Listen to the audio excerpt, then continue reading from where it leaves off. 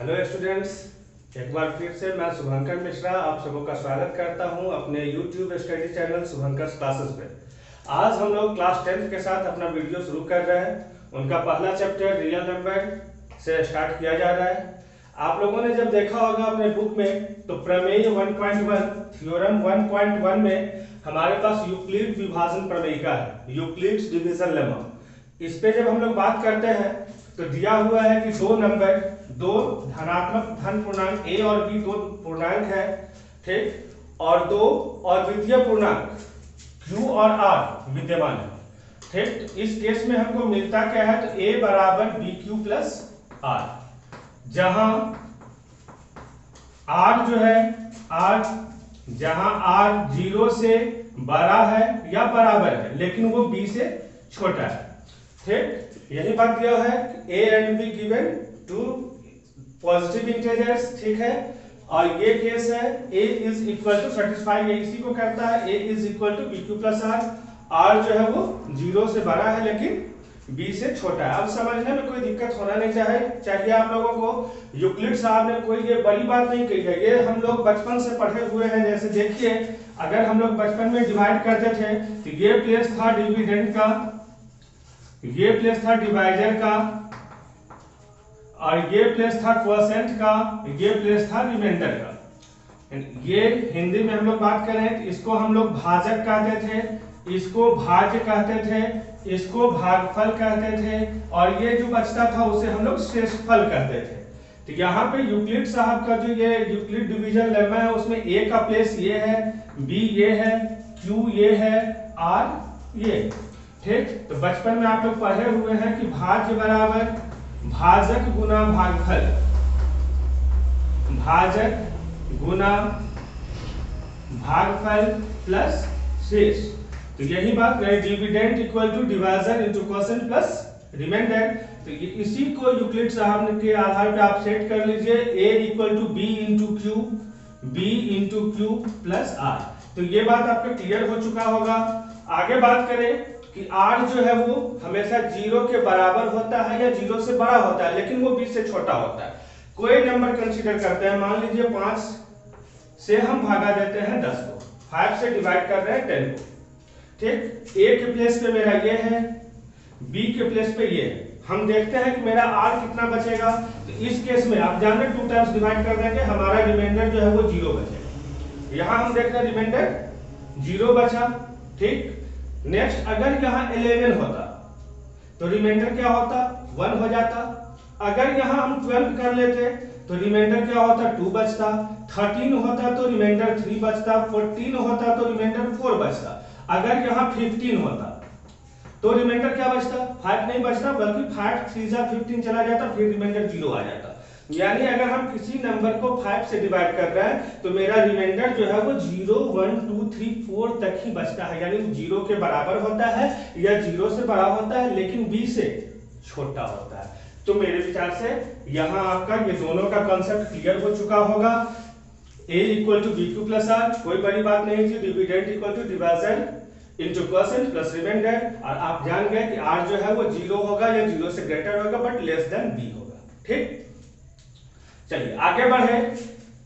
तो इसके आधार पर ही हम लोगों का 1.1 एक्सरसाइज का फर्स्ट चैप्टर जो है उसमें दिया गया है HCF फाइंड करने को by using Euclid's division lemma, ठीक। क्वेश्चन हम लोग कर रहे हैं कि फाइंड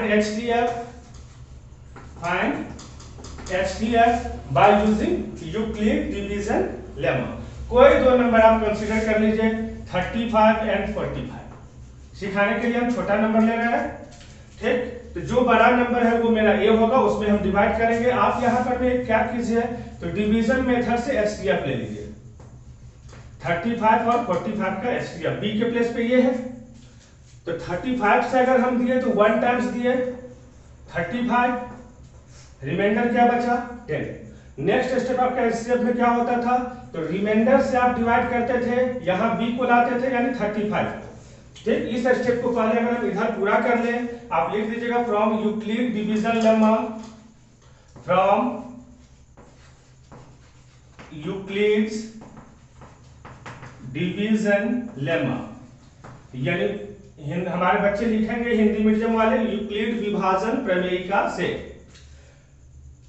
a बराबर बी क्यू प्लस आर, यहाँ a के प्लेस पे हम बात किए 45 is equal to b into Q 35, यानी यही आप सेट कर रहे हैं कि भाज्य बराबर भाजक गुना भागफल प्लस शेष 35 into 1 plus 10।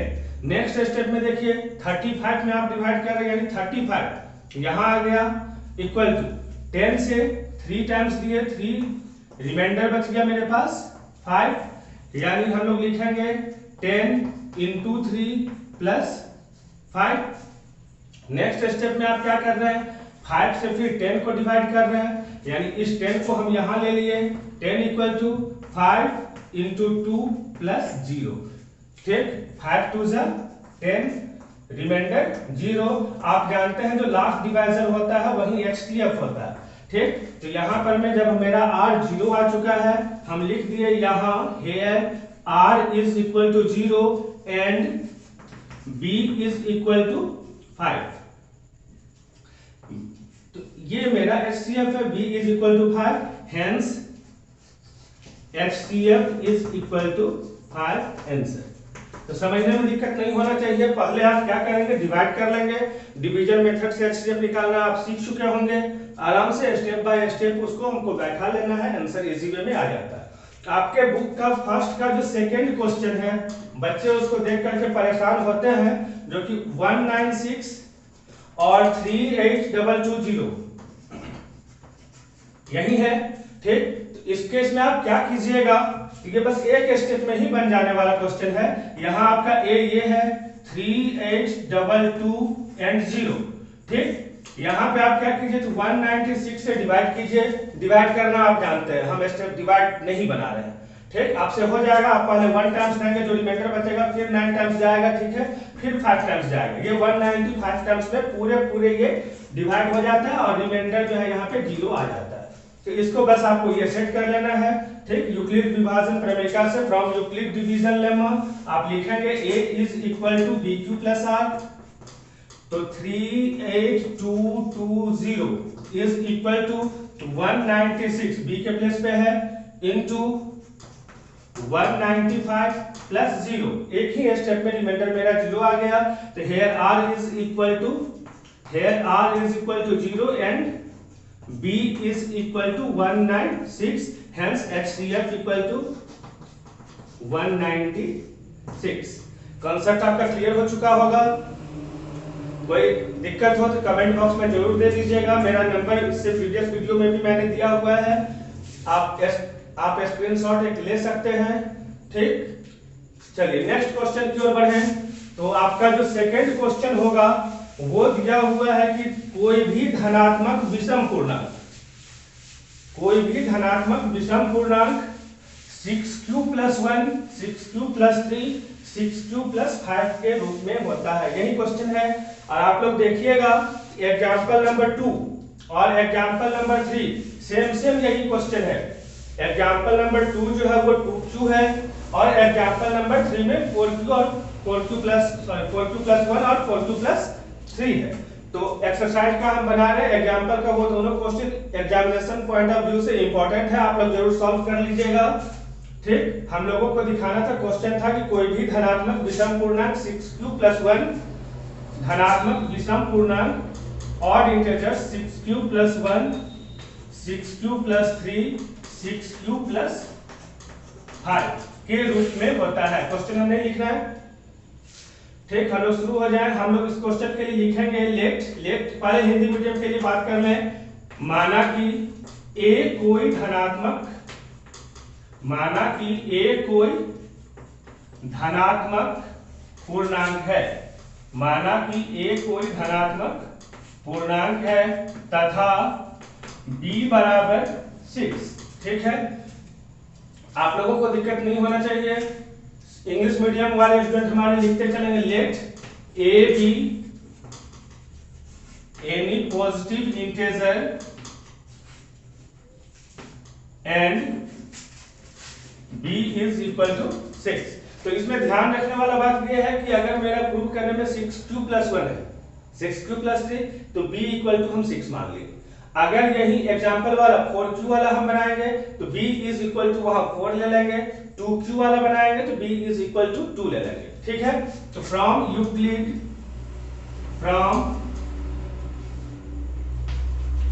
Euclid's division lemma, यानी आप लिखेंगे यूक्लिड विभाजन प्रमेयिका से। मैं दोनों को साथ लेके चल रहा हूं, English medium Hindi medium. Euclid विभाजन प्रमेयिका से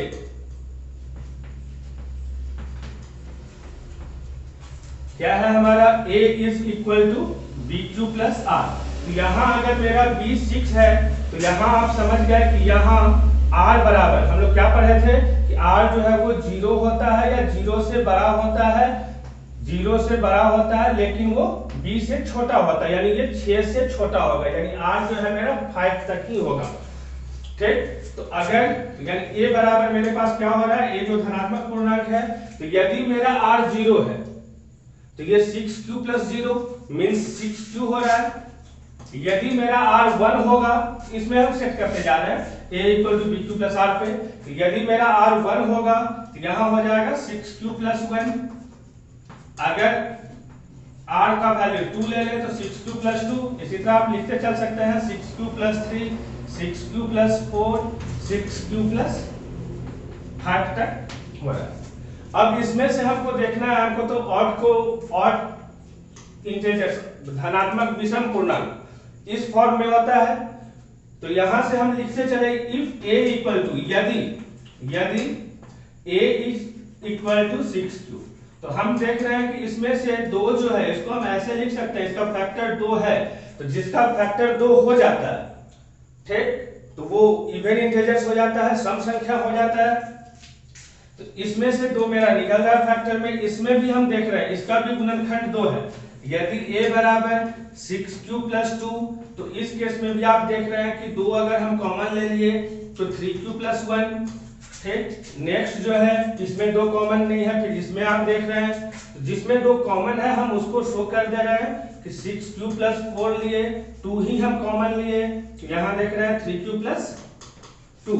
तो ये 3 केस में इसमें हम देख रहे हैं कि 2 जो है वो मेरा कॉमन है, एक फैक्टर है, गुणनखंड है।